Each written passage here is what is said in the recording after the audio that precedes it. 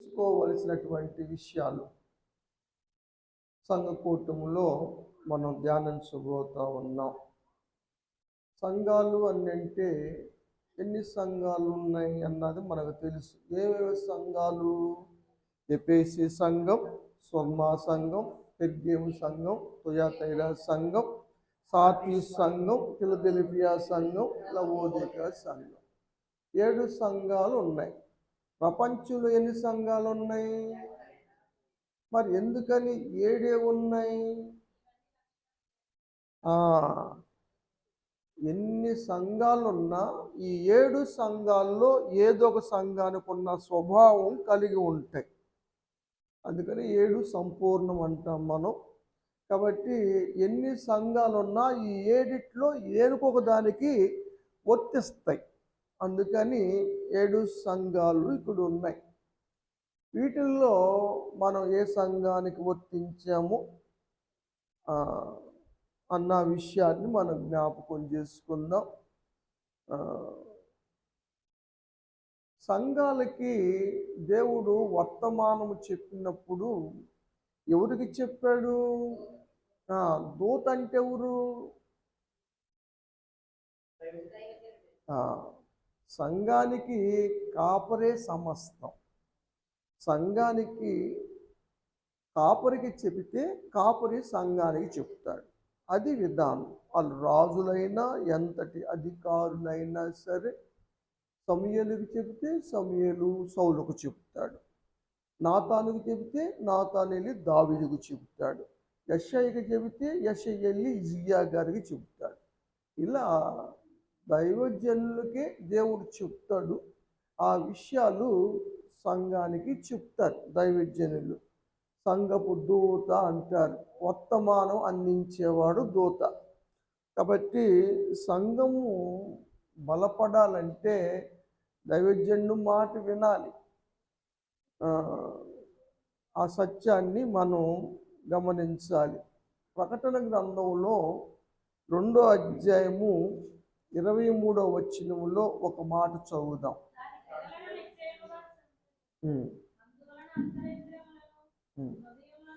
అంతరింద్రియములను హృదయములను పరీక్షించువాడను నేనే అని సంఘములన్నీ తెలుసుకోవాలి. దేవుడు ఏం కోరుతున్నాడంటే సంఘాలన్నీ తెలుసుకోవాలి. ఏ విషయాన్ని తెలుసుకోవాలి? సంఘం అంతరింద్రియములను హృదయములను పరీక్షించే దేవుడున్నాడు అని.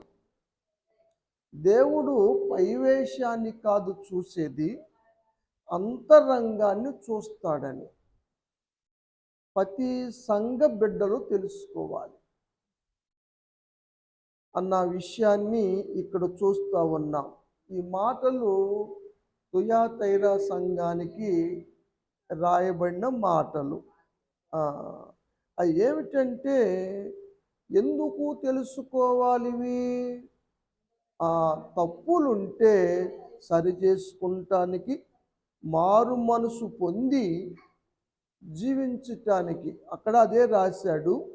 మారు మనసు పొందాలి, ప్రతి వాని క్రియలు చొప్పున ప్రతిఫలము ఇవ్వబడుతుంది. కాబట్టి నువ్వు చేసే పనులు బట్టి దేవుడు ప్రతిఫలం ఇస్తాడు. ఆయనకు అన్నీ తెలుసు. నీ అంతరంగములో విషయాలు తెలుసు, నుదరి అంతరాల్లో ఉన్న విషయాలు తెలుసు. మనుషుల ముందు నటించవచ్చు కానీ దేవుని ముందు నటించలేం. దేవునికి అన్నీ తెలుసు. కాబట్టి మనసు మార్చుకొని జీవించాలని దేవుడు కోరుతూ ఉన్నాడు. ఒకవేళ మార్చుకోకపోతే ఏమవుతుంది? బహు శ్రమల పాలు చేస్తాడు. అప్పటికీ మార్చుకోకపోతే ఏమవుతుంది? వారి పిల్లల్ని చంపేస్తాడు.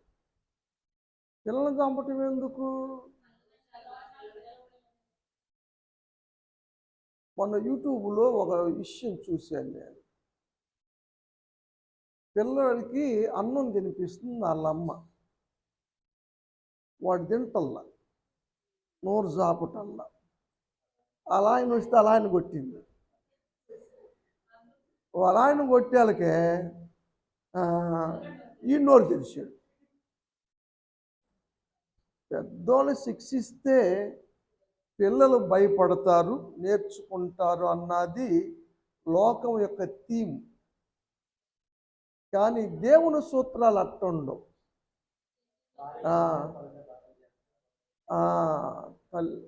తల్లిదండ్రులకు బుద్ధి చెప్పాలంటే బిడ్డలను చంపేస్తాయి, బిడ్డలకు వస్తాయి.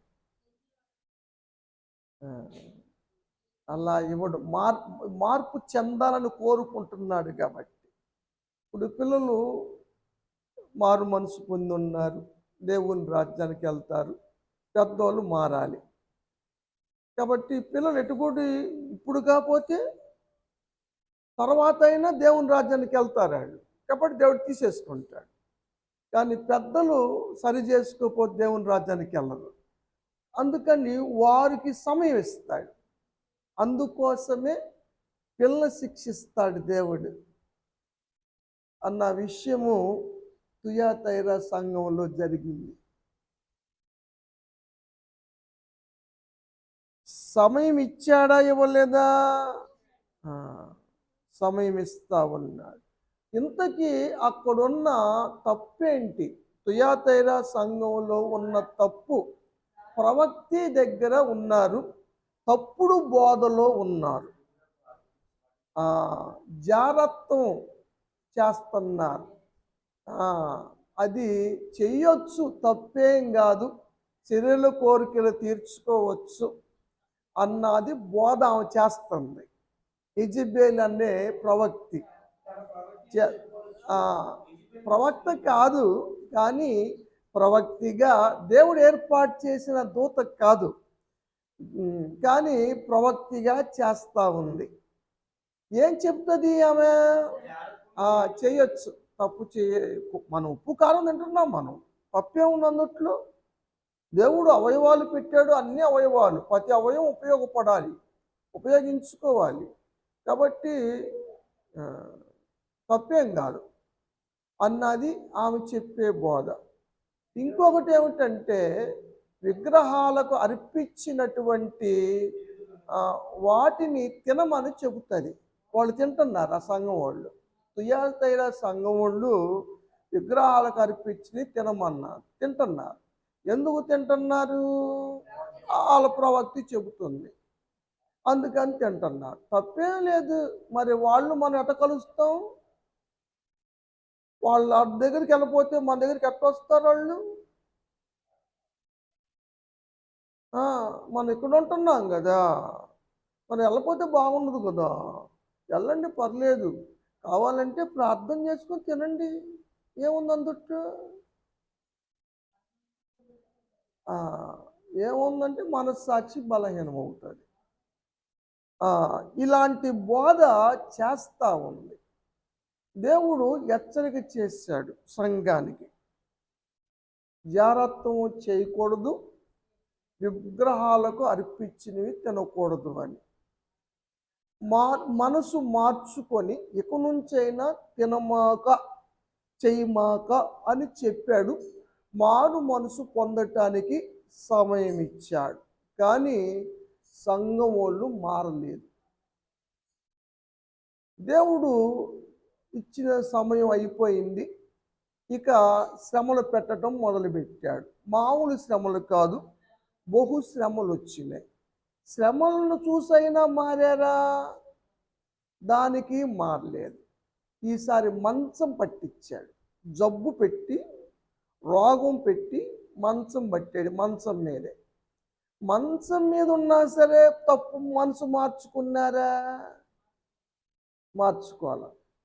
అందుకని పిల్లలు చంపేశాడు. అది జరిగింది ఈ సంఘంలో, తుయాతైరా సంఘం. కాబట్టి ఇప్పటికైనా మారు మనసు పొందండి అని హెచ్చరిక చేయబడింది ఈ సంఘానికి. ఏమ్మా?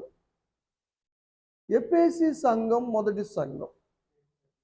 ఈ సంఘంలో ఉన్నటువంటి తప్పేమిటంటే మొదటి ఉన్న ప్రేమ లేదు. సంఘంలో ప్రేమలు లేవు.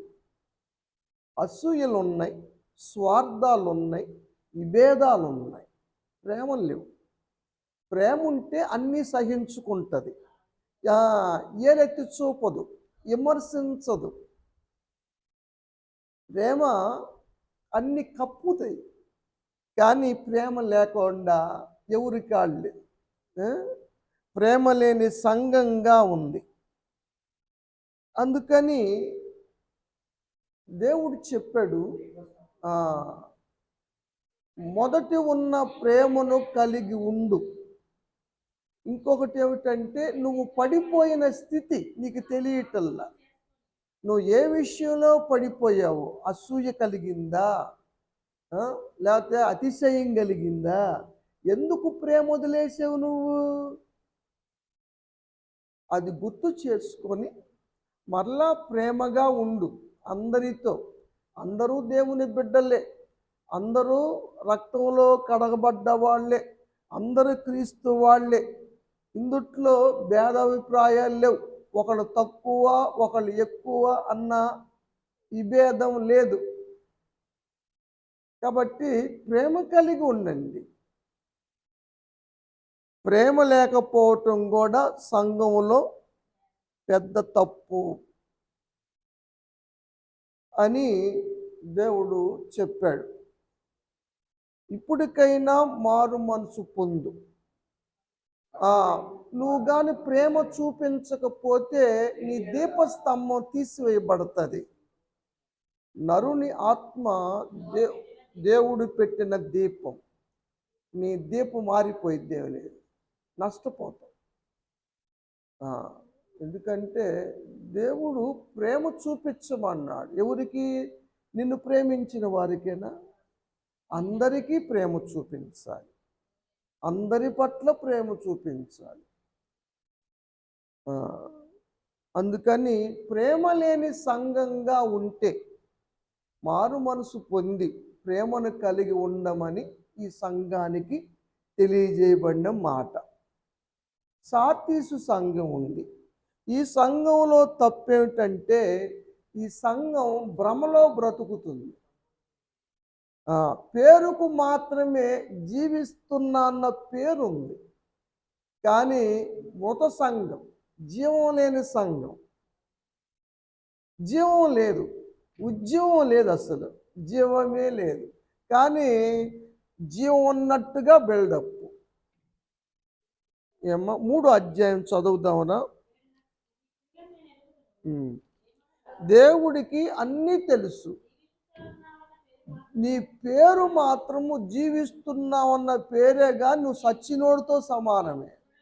నువ్వు మృతుడివే, సచ్చినోడితో సమానం. నువ్వు నీ క్రియలు బాగాలేదు, నీ క్రియలు సరిలేవు, సంపూర్ణంగా లేవు దేవుని ఎదుట.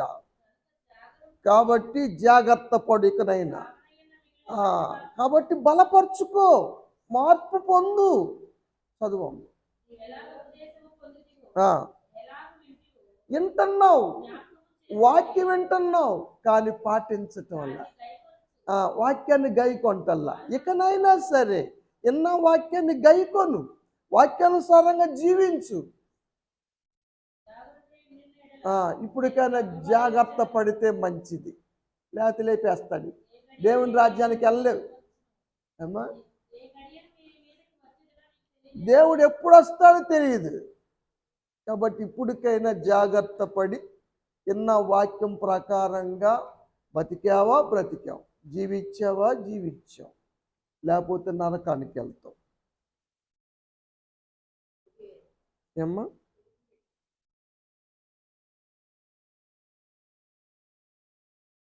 కాబట్టి జ్ఞాపకం చేసుకొని మారు మనసు పొందు.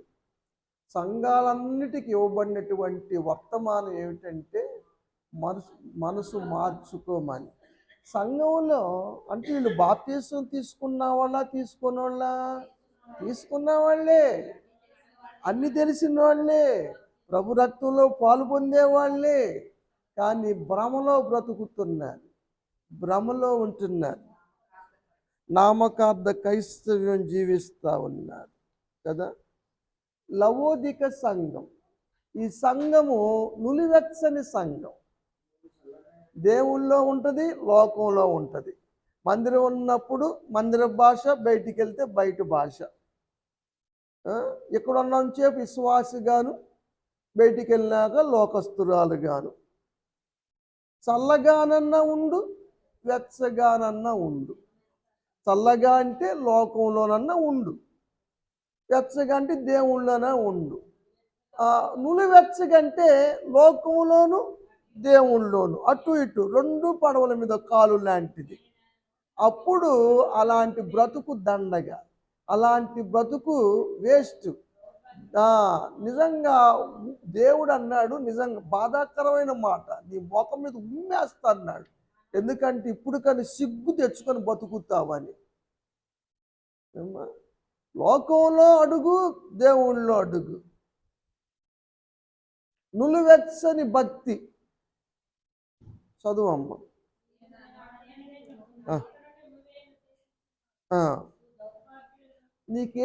ఈ సంఘానికి ఏం తెలియటం లేదంటే, దౌర్భాగ్యం అనే స్థితిలో ఉండి, దిక్కుమాలి స్థితిలో ఉండి తెలియటల్లా. గుడ్డి బ్రతుకు బతుకుతున్నారు. గుడ్డెద్దు చేలో పడ్డట్టు లోకంలో పడి తిరుగుతున్నారు. ఇంకా అనుకుంటున్నారు, నేను పెద్ద భక్తి పరుణ్ణి, నేను పెద్ద ఇది, నేను పెద్దది అని గొప్పలు పోతున్నారు. ఏమీ లేదు అక్కడ, అసలు ఏమీ లేదు. కానీ గొప్పలు పోతున్నారు. దేవుని దృష్టికేమో అలా కనపడుతుంది, వీళ్ళ దృష్టికేమో గొప్పవాళ్ళుగా అనుకుంటున్నారు. దౌర్భాగ్యమైన స్థితి, దరిద్రమైన స్థితి, నులివెచ్చని స్థితి. అలాంటి స్థితిలో ఉంది. కాబట్టి ఆసక్తి లేని జీవితం జీవిస్తున్నారు. ఆసక్తి లేదు. అందుకని దేవుడు చెప్పాడు ఆ సంఘానికి, ఇకనైనా ఆసక్తి కలిగి. 19వ వచనమమ్మ. ఇదంతా కూడా దేవుడు ప్రేమతో చెప్పటమే,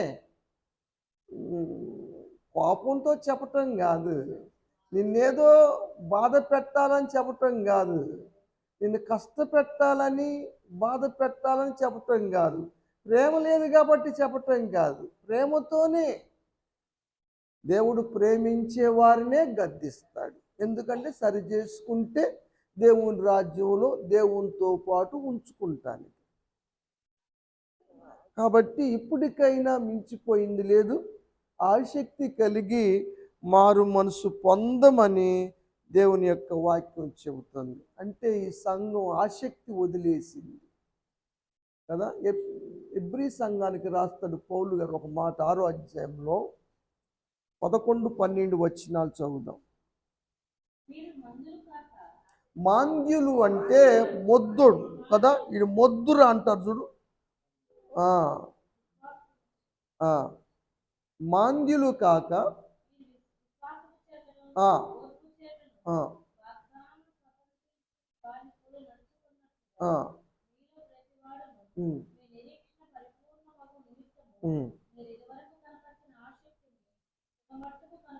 తుదమట్టుకు చివరి దాకా ఉండాలి ఆసక్తి. ఈ భక్తి, ఈ జీవితం చివరి దాకా ఉండాలి.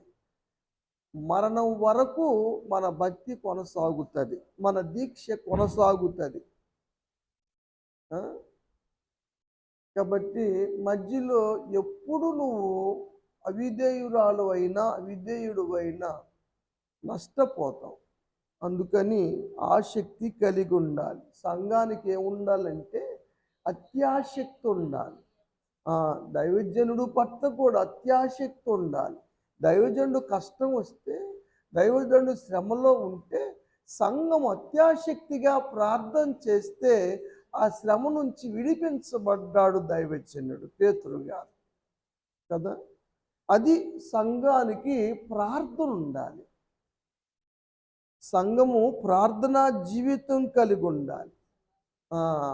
ఆసక్తి ఉండాలి. వాక్యం పట్ల ఆసక్తి ఉండాలి. అపోస్తుల కార్యముల గ్రంథములో 17 అధ్యాయము 10వ వచనం. ఉమ్, ఉమ్, ఉమ్, ఉమ్, ఉమ్, ఉమ్, ఉమ్. వీరెవరు? బెరయా సంఘస్థులు. బెరయా సంఘస్థులు దెసలోనికలో ఉన్న సంఘస్థుల కన్నా కూడా గనులు. ఏంటయ్యా వీళ్ళ గను? వాళ్ళకి ఆసక్తి ఉంది. వాక్యం చెబితే చక్కగా వింటారు, రిఫరెన్స్లు చూస్తారు, ఇంటికి వెళ్ళి మళ్ళీ పరిశీలన చేస్తారు. చెప్పిన బోధ కరెక్టా కాదా, ఆ విధంగా ఉందా లేదా అన్నది పరిశీలిస్తారు.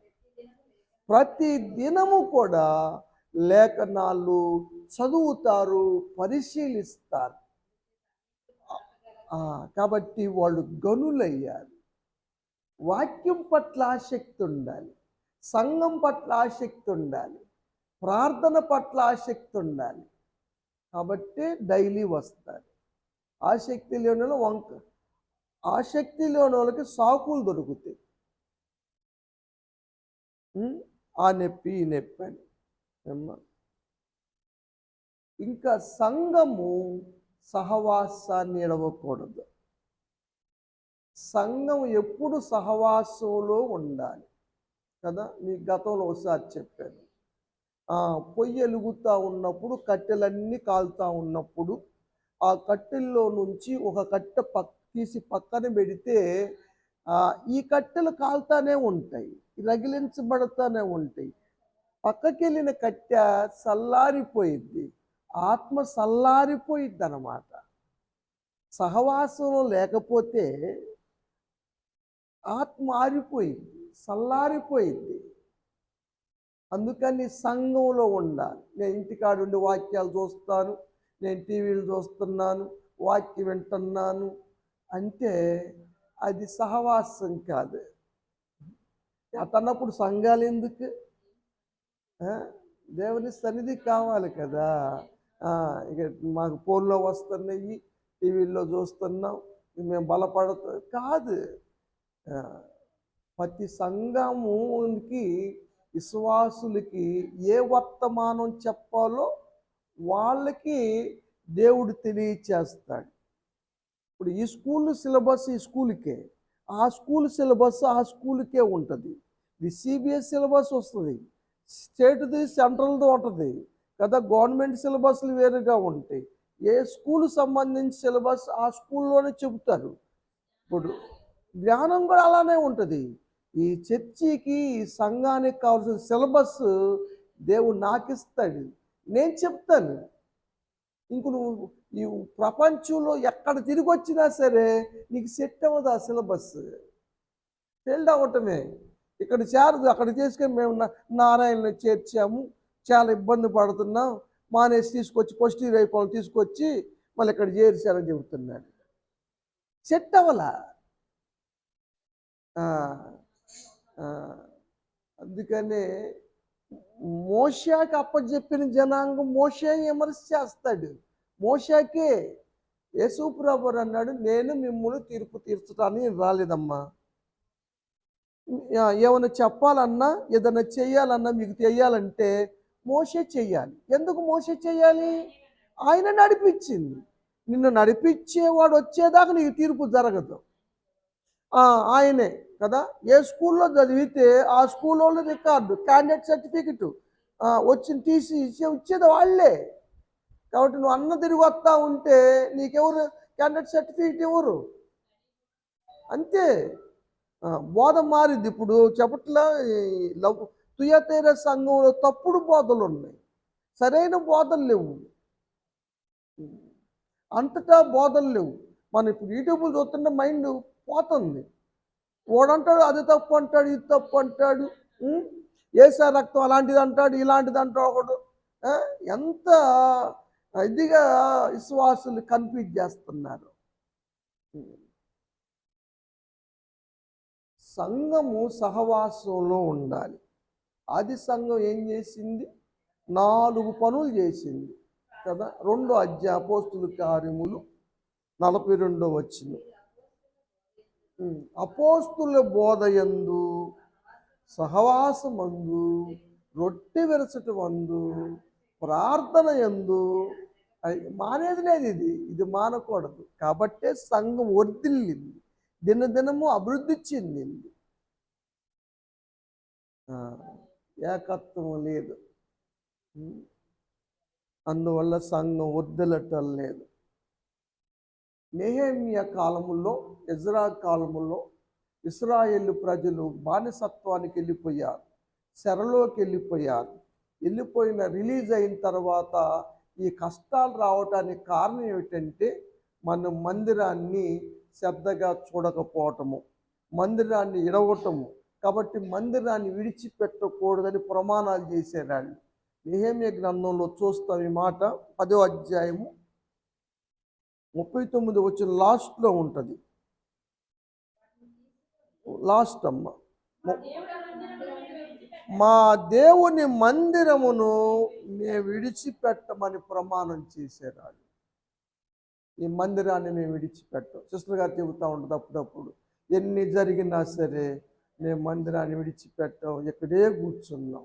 ఎవరు వచ్చినా రాకపోయినా, కాపురుండా లేకపోయినా ప్రార్థన చేసుకునేవాళ్ళను. కాబట్టి మందిరం నిలబడింది. కాబట్టి మందిరాన్ని విడిచిపెట్టకూడదు. ఆ విషయము సంఘంలో ఉంది.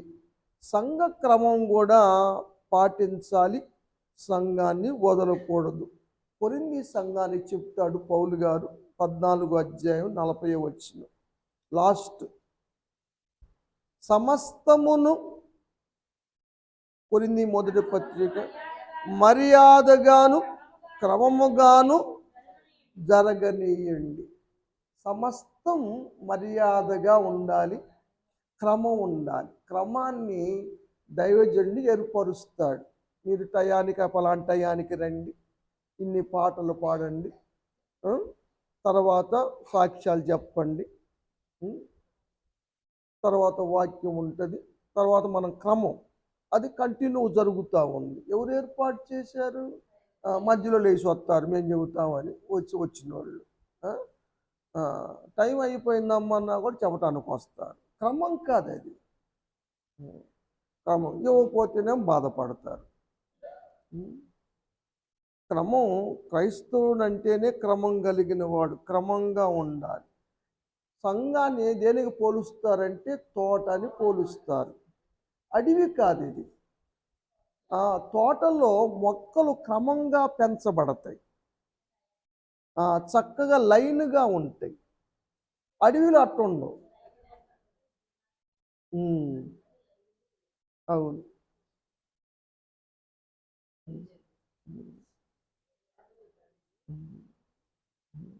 ఇంకా సంఘములో అల్లరి ఉండకూడదు. సంఘములో స్త్రీలు ఎక్కువగా మాట్లాడకూడదు, మౌనంగా ఉండటం మంచిది. చక్కగా వినండి, తెలుసుకోండి. ఏమైనా డౌట్ వస్తే సంఘ కాపర్ని అడగండి.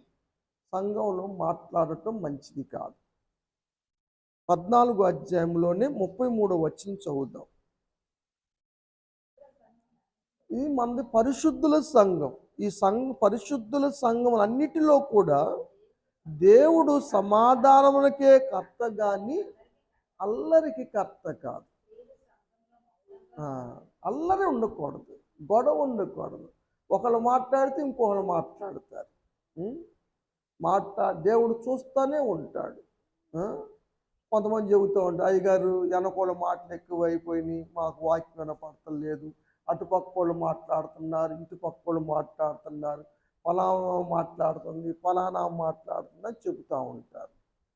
నేను చెబుతాను, దేవుడే చూసుకుంటారయ్యా, నీ మనసు దేవుని వాక్యం మీద పెట్టు. ఎన్నున్నా నేను వాక్యంలో కూర్చుంటే పాసం గారు అరుచుకుంటుంది, కేకలు వేసుకుంటుంది, ఎలా చేసుకుంటుంది, ఒక్క మాట చెవులకు పోదు. నేను వాక్యం చదువుకుంటానే ఉంటా. ఇక అప్పుడు అర్థమైంది నేను వాక్యంలో ఉన్నాడు కావాలని. మనం దృష్టి పెడితే ఇక దాంట్లోకి వెళ్ళిపోతాం, మనం లీనమైపోతాం. నువ్వు అని చెబుతావు, వాళ్ళంటే వాళ్ళు బాధపడుతున్నారు, తెలియదు దేవుడు చూడలేదా? మరి ఎట్టండి అంటే వాళ్ళ ప్రతిఫలం వాళ్ళు పొందుతారు. వాళ్ళ క్రియలు. దేవుని సంఘాన్ని పాడు చేయకూడదు. ఏదో చెబుతారు కదా, ఆ గాడిద వచ్చి ఈ గాడిదని చెడగొట్టిందని. ఆ? అప్పుడు గాడిదలు అవుతాయి. ఆ? కాబట్టి చెడగొట్టిన గాడిద కూడా పనిష్మెంట్ ఉంటుంది. ఇది నా సంఘం కాదు కదా, దేవుని సంఘము కాదు. ఏమ్మా అసలు గారి సంఘం, దేవుని సంఘం. ఎందుకంటే ఆయన ఆయన నియమించాడు, వ్యవస్థాపకుడు అజరయ్య గారు. నేను కొనసాగిస్తున్నాను నేను. అంతేగాని సంఘము యేసయ్యదే. స్వరక్తం ఇచ్చి సంపాదించింది ఆయన కదా, ప్రాణం పెట్టింది ఆయన, మేమెవరూ ప్రాణం పెట్టాల. కాబట్టి ఆయన సంఘములో ఎవరిని పాడు చేయకూడదు.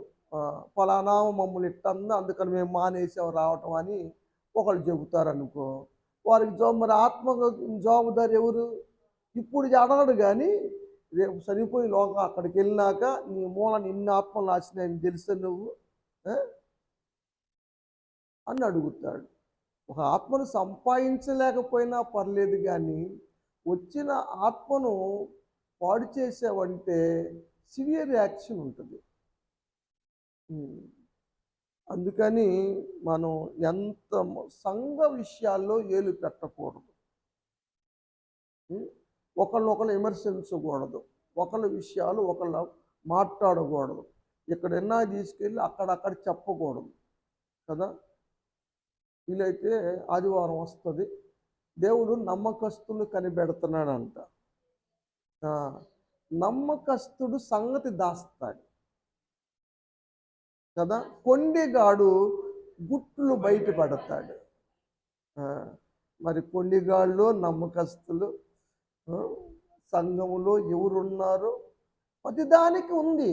ఇది ఆషామాష వ్యవహారం కాదు ఇది. కాబట్టి సంఘములన్నీ అర్థం చేసుకోవాలి. ఈ సంవత్సరంలో వీటిని పాటించి మేలు పొందండి. ఎందుకంటే మార్పు చెందటం అవసరం. ఈ సంవత్సరం చాలా క్రిటికల్గా ఉంటుంది. అమెరికా నేను తగలబడింది, లాస్ ఏంజల్స్ అంతా బాలీవుడ్ అంటారు చూసావా, హాలీవుడ్ వాళ్ళు సినిమా యాక్టర్స్ ఉండే పెద్ద కాలనీ కాలిపోయింది. కొన్ని కోట్ల నష్టం, 12 లక్షల కోట్లు నష్టం అంట. 12 లక్షల కోట్లు.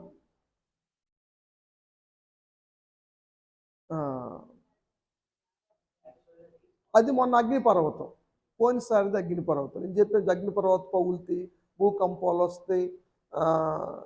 మొన్న ప్రకాశం జిల్లాలో 2 సార్లు వచ్చింది.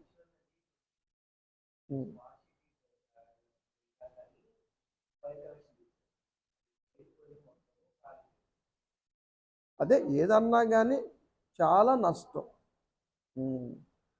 ఉపద్రవాలు మాత్రం చాలా భయంకరంగా ఉంటాయి. ప్రకృతి శక్తులు కదిలించబడుతున్నాయి, ఆకాశ శక్తులు కూడా స్టార్ట్ అయినాయి.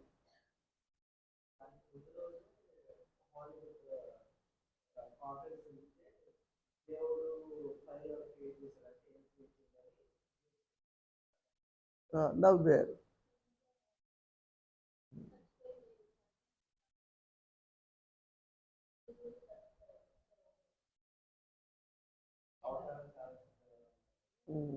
అది రకరకాలు. కాబట్టి మనకి చాలా అవసరం సంఘ క్రమంలో ఉందాం, వాక్యానుసారంగా జీవిద్దాం. దేవుని రాకడొచ్చిన ప్రాణం పోయిన దేవుని రాజ్యంలో ఉందాం.